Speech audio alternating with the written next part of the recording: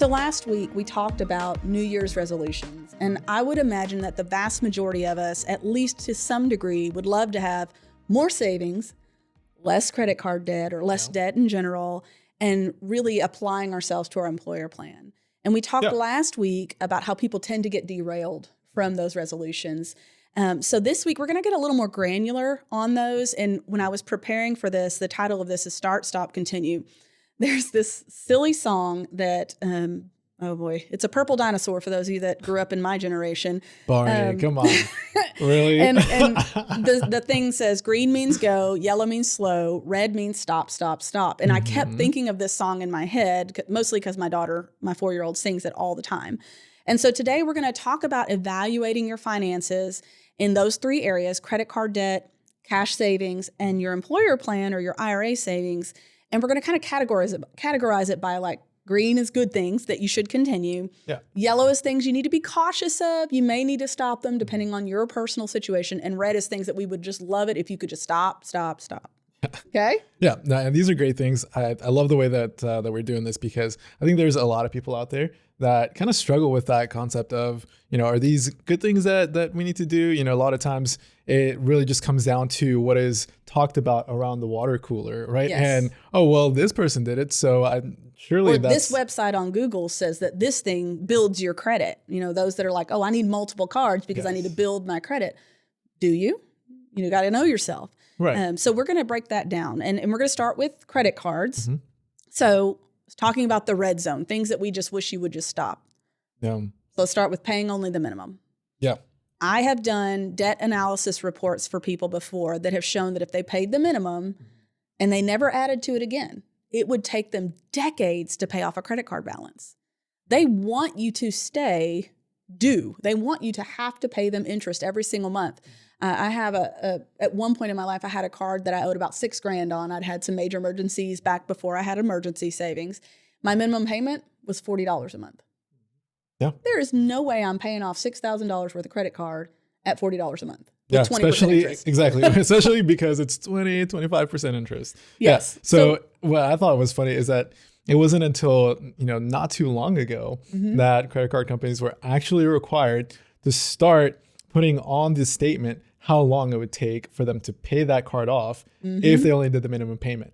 Right. And then astonishing. Yeah. It's like, finally, if we were going to rant about anything in the financial industry, it would be that. It's like, the lack of transparency. The lack of transparency. Why did that not happen sooner? Right. Like, whenever you think about debt, whenever you think about what it does to people and how credit card companies take advantage of their clients, their consumers, it's ridiculous that didn't start sooner. Yes. And if you've already got credit card debt, the next thing we wish you would please stop is stop increasing your debt load by adding to it. Now, let me be clear. If you've had like a medical emergency and your life depends on it or your health depends on it, obviously you've got to do what you've got to do if you didn't already have the savings in place. But we're talking about most people are not putting those types of purchases. They're going and getting their coffee. They're going to buy lunch, things that they could do something less costly to replace. Yeah. Or, well, we can't miss Christmas, right? So we're going to put it all on a credit card. It's like, well, yeah, it's great that you want to, give your family Christmas. How about you think about that in January, right? And by start saving up for Christmas, it's coming, right? It's the same day every year. So. And this episode is airing in January. So if you have in the past had to use credit card debt, now is the time to start that savings account so that next year you got the money set aside already. And I'll tell you guys, this is like my kryptonite. I'm just going to be completely honest with you. Every year, my children's birthdays and Christmas just sneak up on me financially. Thankfully, I've gotten into the habit of keeping more emergency savings. Sneak up on I know it, not literally, obviously, but I tend to forget to plan for them. And so I've had to use emergency savings in the past, but I also don't go big. I'm not one of those that goes and spends thousands for Christmas. That's not me. I give a very modest Christmas because for me, it's about focusing on other things, but I digress. Yeah. So we've talked about paying only the minimum. We've talked about continuing to add to your debt. What's another thing that we need you to stop? Yeah. So one of the things that we see a lot of people do, especially when they have multiple line items on the debt side of, their finances, is doing a bit of a shotgun approach and paying just a little bit extra to all of those debts, right? So let's say that they've got 5 different debts and they have all a minimum payment of like $50. Well, they're paying maybe an extra $5 to each, or maybe a little extra to one of them, but generally it's pretty scattered. So there's not really a rhyme or a reason or really much benefit from that. So, we've talked about how what we recommend is a much more direct approach, right, to putting all of that extra into one place. And I mean, there's a pretty clear benefit to that, right? Yes, we've got software that shows the impact on how much interest you pay and how quickly you pay things off, which the quicker is the part that always astonishes me, how much faster. So to be specific, if you have those same 5 accounts and you're putting basically $10 each extra, take that $50 extra that you're paying and only put it on one of them. And you can pick which one. There's a lot of debate about whether you pick the one with the lowest balance or the highest interest. Either one's fine. You're going to make progress regardless. But the key is when you pay one off, the whole amount that you were paying towards that one goes on the next one and then goes on the next one. Some people will call this a snowball approach because it gets bigger and bigger, the amount you're putting towards the debt by the end of it. And then once you've paid it all off, you've got a lot of options to do other things. So the thing to stop would be putting a little bit on each. The thing to start would be targeting one card at a time. Exactly. Yeah. So, and then the last thing is balance transfers. Yeah. Creating this, like, it's almost like what we would have called kiting checks when I was younger, where you've got multiple accounts. I used to be a teller at a bank. So you've got accounts at different banks. You write a check from bank A to bank B that you can't cover. Right. And then from bank B to bank A to cover that one. So you're basically like, oh yeah, it's a bad situation. It's a game. Yeah. It can catch up to you real fast. It's like a dog chasing its tail, right? It's just, you're kind of, you're playing this endless game. And ultimately, I mean, the credit card companies are pretty smart on this, right? Because it's, they see that you're going to save yourself on a little bit of interest, but they're going to charge you a transfer fee, right? And they know that a lot of folks are going to get stuck in this cycle, right? So they're going to end up paying a bunch of different balance transfer fees, and that at some point they're going to run out of balance transfer fees, right? Because it's not like they're just offered all the time. Correct. Right. So, and when that happens, there's going to be typically a pretty sizable chunk of debt that is going to come due at a pretty high interest rate. Yes. So some companies will even say you got 18 months of 0% interest. If you don't pay it off during that 18 months, there's interest that backdates in some cases that call that a balloon payment of some sort, or interest balloon. So those are some things we'd love it if you could stop. Yeah. So if your goal is to get rid of credit cards. Yes. So the due on that one would be if you just did a balance transfer, right, then you've got a certain time period where it will be interest free, so to speak, because you had to pay a balance transfer fee. But regardless of that, so make sure to schedule the time for when you're going to need to have that paid off, right? Which is kind of the term that they gave you, and make sure to be paying on that enough to where it's going to be gone by the time that the promotional interest rate is up. So yes, and I always, in my past when I was working on some credit card debt, I did use this. I used a 0% interest kind of thing one time, and what I did was I had 18 months. So the way I scheduled my payments was so that it would be paid off in 16, just to make sure. Yeah. Because then if something happened and I had a month where I couldn't pay, I had some wiggle room. Exactly. Okay. So that's some of the things we wish you would stop. Let's talk about a couple of things that you just need to be cautious of. And this is one that has bitten me more times than I care to be honest about. It's the having several cards. Yeah. I have never not paid a credit card because I had no money. I have forgotten to pay a credit card because I didn't realize it was due. The problem, it's keeping track of so many things. It's honestly, with as many kids as you got, I think you'd be a pro at it by now. But no. No, but it's crazy because it's just another thing to pile on, the endless list of things that we already have to keep track of. Yes, and most cards are paperless, which is what really got me. I had a card that was paperless, and I had switched emails. So that sucker sat for almost a year. And let me be clear, it had a $15 purchase that I don't even remember making on it because I thought I had stopped using the card altogether.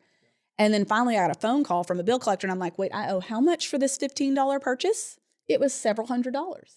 Oh man. Because it was $30 a month that I didn't pay. So be mindful that if you have a bunch of different cards, it would really behoove you to, if you're not using it, just go ahead and close the account so that no one else can use it too. But lower the number of cards you have, especially the store cards. Those are the ones that tend to sneak past you. and tend to have the highest interest rates too. And limit yourself to one or two so that you don't have a lot to track. Behoove is just one of those words I've never. Well, I use a lot of words that probably no one else does. It's just a funny word.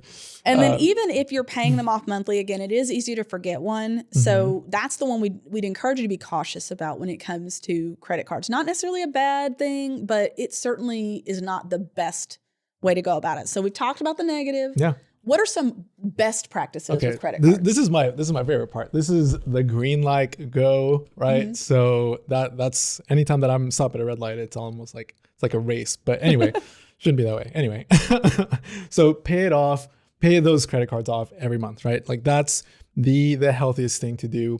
There's a myth out there, right, that we have busted, I don't know how many times now, that if you keep a balance, it actually helps your credit. No, it doesn't, right? So getting rid of that payment and actually having a lower debt ratio as far as your credit utilization ratio, that is going to be your best way of increasing your credit score. Another one is negotiating your interest rate down. I don't think many people know this, but you can actually call the credit card company and threaten to do an exchange. Tell them, hey, I'm about to transfer my balance to XYZ company. They're offering a better rate. So often they will let you lower your rate for a period of time at your existing provider. So you can do that and help yourself out. If you're paying 25, maybe get it down to 19 so you can pay it off a little faster. Yeah, exactly. So, and the last one is kind of what we already said as far as just targeting, the extra funds that you have available to one debt, right? So again, if you're like me and you're, the type of person that's just like sitting there at the starting line, like, okay, like let me at them, right? So these are the things to do, right? Pay them off each month, negotiate that interest rate down, and use a targeted approach. Yes, and we camped out a lot on credit cards because we know that one tends to be a burden for a lot of people. We've got two more to talk about, and we're going to have to go a little bit faster with those.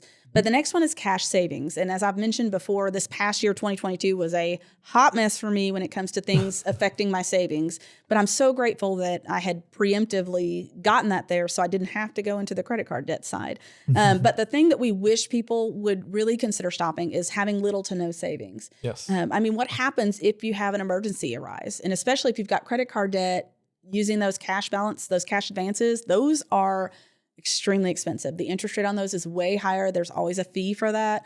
So please, please, please, if you don't have any savings, just get started getting some. Exactly. And some of the things that we would caution to say, okay, not depending on your situation, maybe it could be a good thing, but for a lot of folks, it's not a great thing, is keeping your emergency savings mixed in with other savings, right? So for example, I've got multiple accounts for savings, some for travel, some for housekeeping, things like that. When you kind of mix everything in, then that can become a problem because it's like, okay, if I've got my travel budget in with my emergency funds, then really easy to go over budget and not realize it. Yeah, it's happened to me one or two times. I don't know how you know that, but okay. Thanks for rubbing that in. And using that emergency savings for non-emergencies is absolutely not going to help you meet your goals. Right. And then please, please, please don't invest your emergency savings. You need it to be liquid. I know for some people we've had many clients call and say, well, the market's down, I want to put this in. And we're like, no, because if you need it in less than a year, investment is not a good plan for it. Yeah. The only caveat to that would be if you're looking at investing into something that's pretty secure, like CD rates right now are pretty good. So you're going to be able to get a lot more bang for your buck in that sense. But if you're going to do that, then make sure that you've got the right time frame for that. So yes, for example, because you lose liquidity. You don't have the ability to access it in an emergency, which is the point of your emergency savings. Right. So in that sense, it would be like having 3 months worth in liquid, just cash, and then having maybe like a 3-month CD that comes due, right? So that if you had to use it, then you could access it. Yeah, you could access it at that point. And then our green light, our things that we wish you would just go with is if you're working on debt, you're working on other things, having a minimum of $2,000 in savings for emergencies. And then once you've got that debt taken care of, working towards 3 to 6 months worth of your expenses in emergency savings. Correct. And then the other thing would be to use an interest-bearing, FDIC insured bank account. Be cautious. There are a lot of things out there that call themselves savings vehicles that aren't actually FDIC insured bank accounts. So just be cautious of that with your emergency savings. We're not talking about all your money, but your emergency savings. That's right. That's why we actually had that episode not too long ago on those cash apps like Venmo and all of those places. Definitely not the best places that you want to keep your emergency fund in. Correct. And our last area to talk about is your employer plan or your IRA savings. So the things that we would wish people could stop is not participating, having no investment strategy, or cashing it out, treating it like a savings account that you dip into from time to time, because there's penalties, there's taxes. It's just really not in your best interest to do that typically. Definitely. And some of the things to probably hold back on, some things that may not be really benefiting you as much as you think, is things like only capturing the match, for example. So if your company has a 6% match, let's say, then only contributing 6% just to get that match, right? That's a very good place to start. But depending on your retirement goals, might not be serving you as much as you think it is. And then the other one is taking out loans, right? So again, this could be a good or a bad thing. If you really, really need it, it is better than getting a loan from other places like credit cards. But it's still not a great practice, and it's something that will hold you back from being able to get a good return if in an up market. So again, just some things to be careful of. And the kind of the gold standard, the thing that we would love for people to start in that area is adding to your plan with purpose and with a goal in mind. You know, if you have the destination in mind, you've taken the time to do some planning, then you know exactly how much you need to put into that plan to reach those goals. And that also helps you create your investment strategy. So that's the kind of the gold standard, the green light for IRAs and employer plans. So we've run out of time today. It's time for us to give our 2 cents. Yeah. So tell us, Mark, what's your 2 cents from today? Yeah. So if you've listened to us today and you've caught yourself doing a lot of the things that we are talking about in being in the red area, then, take some steps today to move to that green area. It's your finances, and it's only to your benefit. Yes. And remember that small steps over time add up. So don't let yourself be overwhelmed by where you are or where you've been. Start by taking steps today towards where you want to be in the future. Thank you guys so much for joining us today on Talking Sense. Join us next week when we talk about financial fads and how to avoid them so that you can get rich slowly. Thanks for listening to Talking Sense. And if you like what you hear, make sure and subscribe to the podcast to get all the newest episodes. The genwealth team is available to you 24/7 at info@getreadyforthefuture.com. Or you can call our offices at 866-653-PLAN. That's 866-653-7526. And while we like to have fun here, we're also financial advisors, and that means disclosures. You should personally consult a financial advisor before making any investment, and no strategy can assure success. genwealth Financial Advisors is an Arkansas registered investment advisor with securities offered through LPL Financial, member FINRA SIPC.